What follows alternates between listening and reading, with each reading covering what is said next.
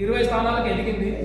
అట్లాగే రాబోయే రోజులలో తెలంగాణ రాష్ట్ర ముఖ్యమంత్రి స్థానాన్ని కూడా అధిగమిస్తామని బీజేపీ కార్యకర్తలుగా మేమందరం ఆశాభావం వ్యక్తం చేస్తున్నాము.